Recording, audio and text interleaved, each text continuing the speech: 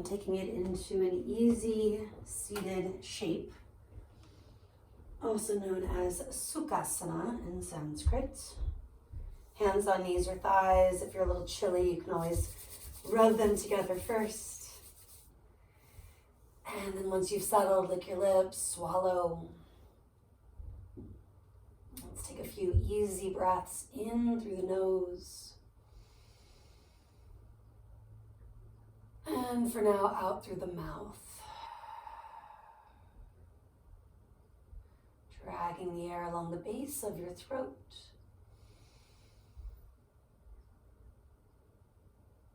Starting to send the breath into all four sides and then release and empty all four sides.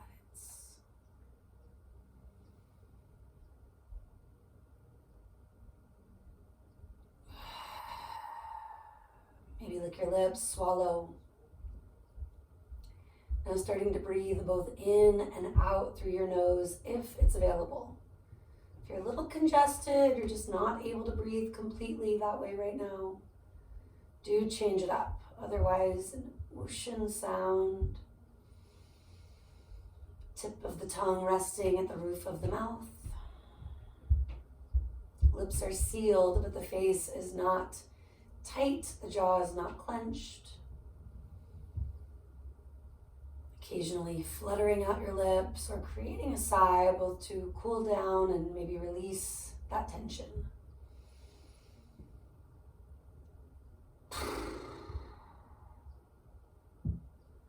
Now at some point weaving in your shoulder roll, shrugging and releasing.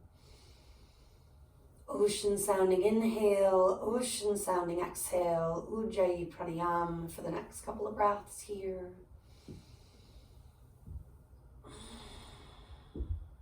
Which also gives you a focal point, listening to that sound, connecting to that rhythm, staying with it. Inhaling, you arch.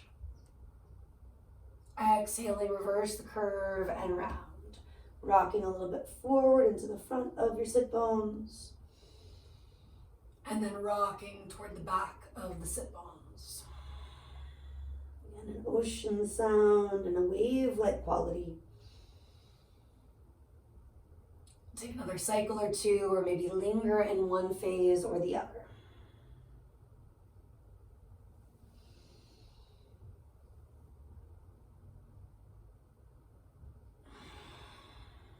And then take yourself to a neutral spine.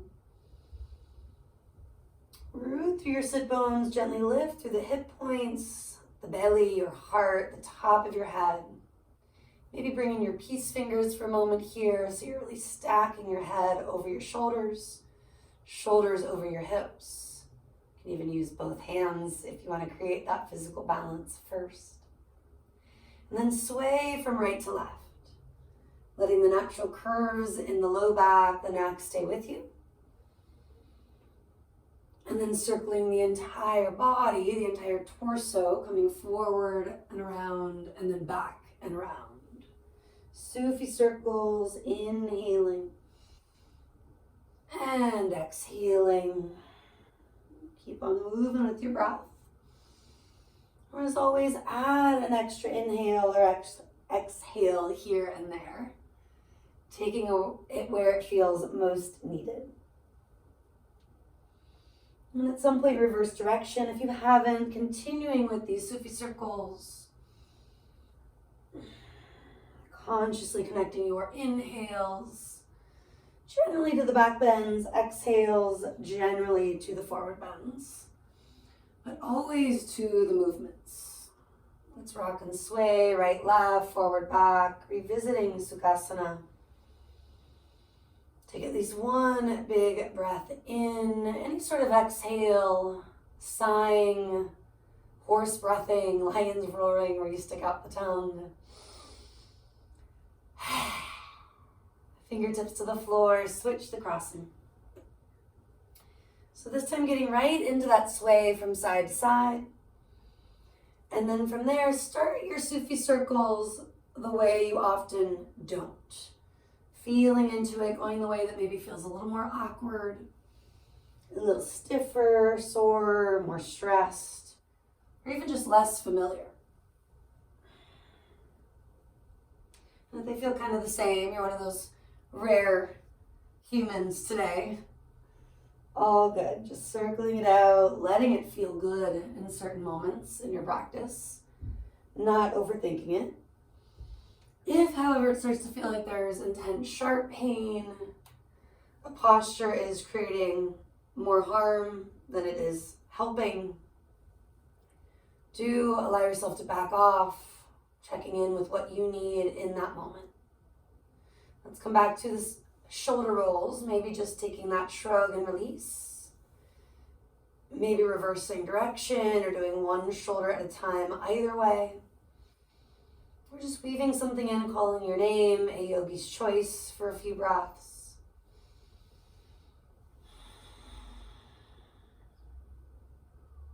You can think about or actually apply those peace fingers for a moment here.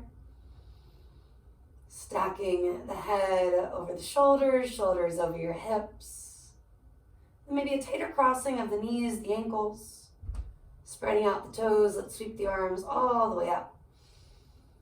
Continuing to ground down, bring your hands toward your heart, integrating all sides. Inhaling, root to rise, creating space. Keeping that sense of space, hands toward prayer. One more time, you inhale. You exhale. Let's take the thumbs toward the sternum, top of your chest. Fan the fingers nice and bright. Pressing the whole palm or maybe just the finger pads if that feels better. If you're stiff in the chest, definitely go for that at least at first. And maybe shrug and release if you're not sure. Let the hands move into what feels helpful. The nice thing about pressing the whole hand is it does stretch the wrist. It is traditional. Might just feel good to integrate that way. Whenever you're working with physically, more importantly, allowing your mind to come to a single pointed focus.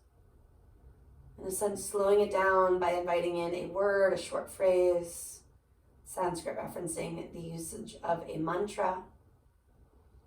And it can be one of those seed mantras, something as simple as the Om, or a long one, right? And sometimes we need a slightly longer phrase, at least at first. Inevitably, the mind will wander, but the idea is to bring it back as a place to re-anchor. Letting that sankalpa inspire you and also ground you. Mentally, that sort of rooting to rebound quality. Take another inhale and exhale. And pushing forward or just swing your legs around all fours. Integrating the right, the left, and all sorts of other stuff. So extended cow, right leg reaches back. Draw the inner thigh up. You can always look, see that the right toes are facing down as that inner thigh lifts up. Then eventually opposite arm reaches alongside the ear. Brightening the toes, the fingers. Take another moment to root and rise. Grounding through the thumb and first finger, as well as the top of the left foot and ankle a little bit more. Inhale first, exhale, elbow toward your knee, crunching. Inhaling, lengthen out. Exhaling, gently rounding in. Let's do that one more time. Now re-extend the arm and leg and push down to rise up. Take the left arm out to the left. Eventually the right leg maybe moves out to the right, lifting it toward hip height if you can get it there. Then after a breath or two exploring that, bring everything to the midline. At least one more inhale at the top, exhale, let it go. Little rock, sway, any sort of recovery breath. You can always weave in that horse style or lion's roar-esque. Exhale. And then take your left leg back, right arm forward. Working with the ocean sound, Ujjayi Pranayam. Once you've cultivated that stability, that sense of rolling the inner thigh up, the outer hip, the toes down, do crunch it out, crisscrossing, if you will. Inhaling and exhaling for maybe 3 or so in total. And then let's re-extend the arm and leg. And pushing down to lift up. Find that connection even through the lower part of the belly toward the lower back if that got lost. And then from there, let's reach out to the right, arm at about shoulder height. Take the left leg left, even if it's for a breath, too. Maybe you can bring it toward hip height. And then try to bring everything back to the midline. At least one more inhale when you get there. Exhale, do let it go. This time you're going to spin your hands back towards you so the fingers are facing your knees. Maybe more like the back corners of the mat. Feel what works. Rock and sway it out. Maybe arch and round it out. Taking a few cat-cow shapes here. And do continue to link the breath to the movements. Maybe hanging for the extra inhale and exhale if one phase needs it more. And then again, sit back on the heels. Option to take a shoulder roll or two first, allowing your body to sit taller. Specifically for lion's roar, do scrunch the face, stick out the tongue, maybe look up. Or of course, any other yogi's choice of breath work.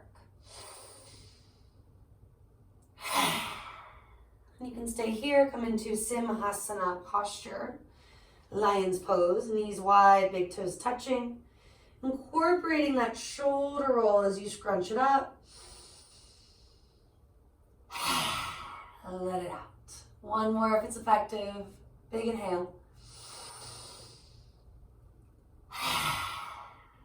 And then keep walking the hands forward, whether it's from kneeling or lion's posing. Take an inhale first, eventually exhale, press back, and do find downward facing dog. Breathing in, breathing out. Take as much time as you need to set it up first. And lots of calf stretching. Maybe a little bit of swaying of the hips and heels, getting into the IT bands.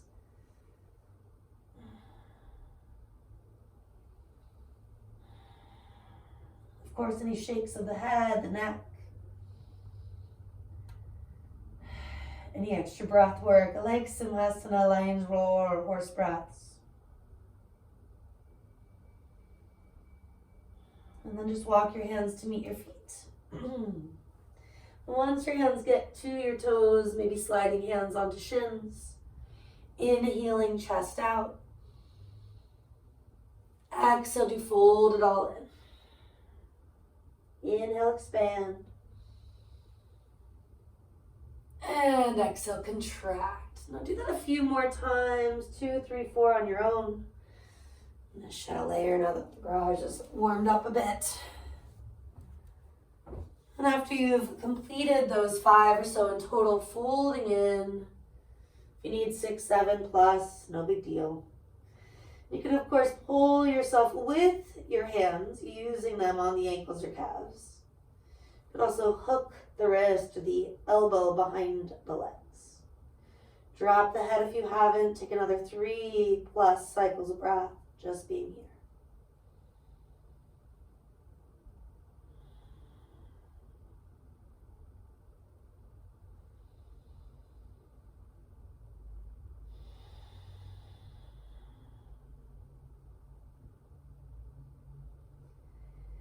And do let the arms hang ragdoll style.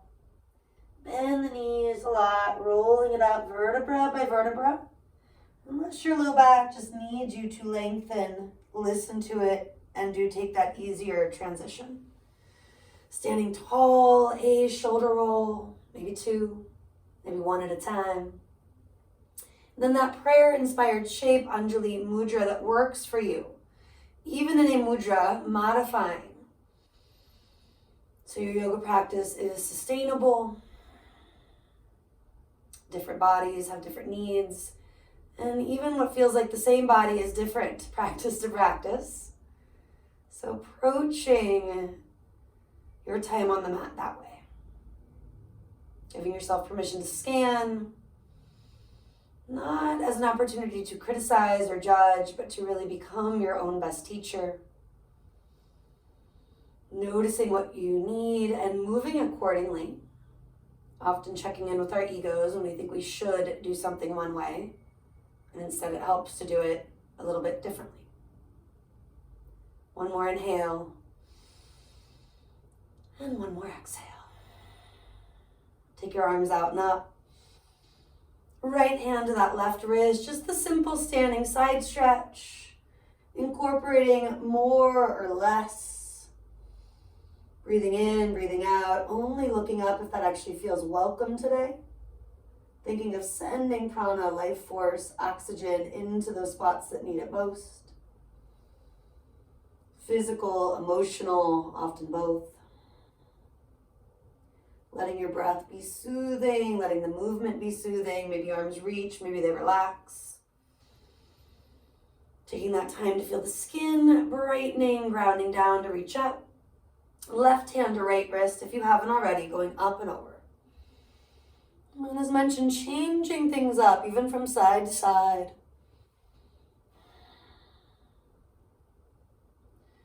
Maybe starting to look up, but if and only if the neck says, yes, that feels complimentary.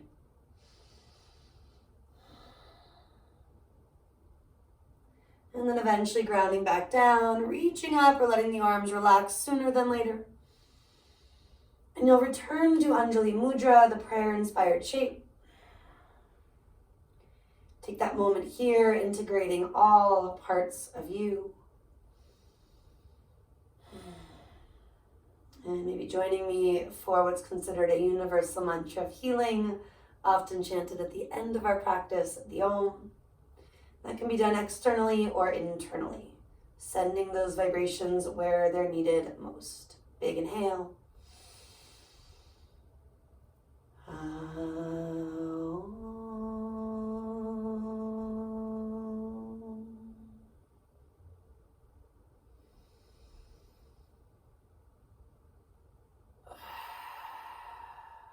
Taking that easy recovery breath, maybe a bigger sigh or two. And then you will flow. Inhaling, take your arms all the way up. Just a basic swan dive, hinge at the hips, and take it down. Inhale, expand, chest out. Exhale to contract, fold in. Rising on the inhale, do come up. Releasing on the exhale, hands come down. One more, inhale. Swan diving, heart leads, exhale. Opening up, feeling prana flow where it's needed most. And emptying out, choosing to shed layers where we can. Inhaling, take it up. Exhaling, hands come down. Let's bring in our twist, standing twist. Inhale it up. Opening right, fingers bright, chest broad. Inhale it up.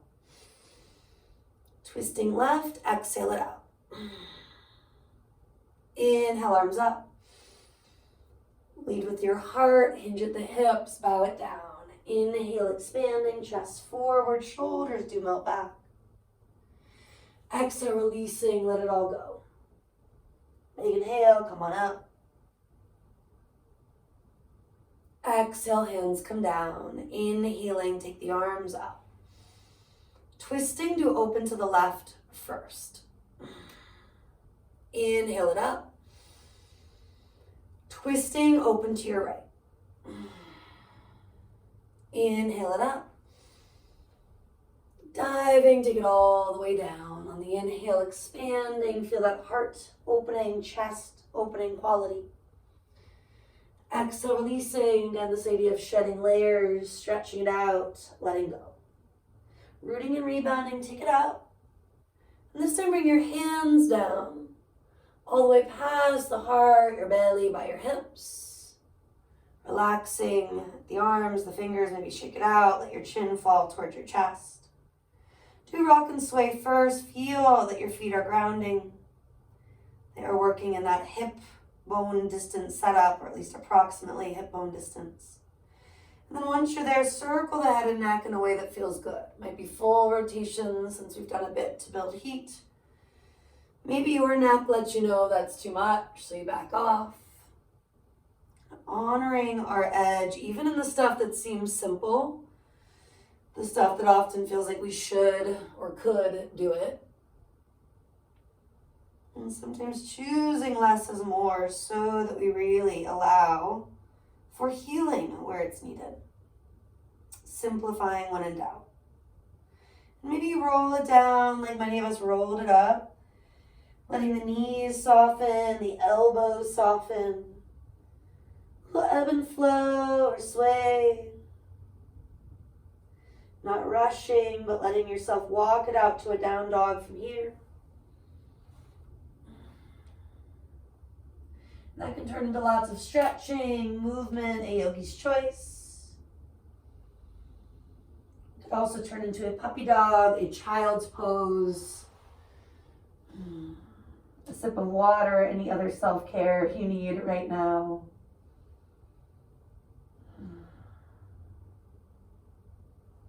Just take a few more breaths, making it your own. Scanning once again, observing, practicing Svadyaya, self-study. Again and again, coming back to your intention, back to your sankalpa.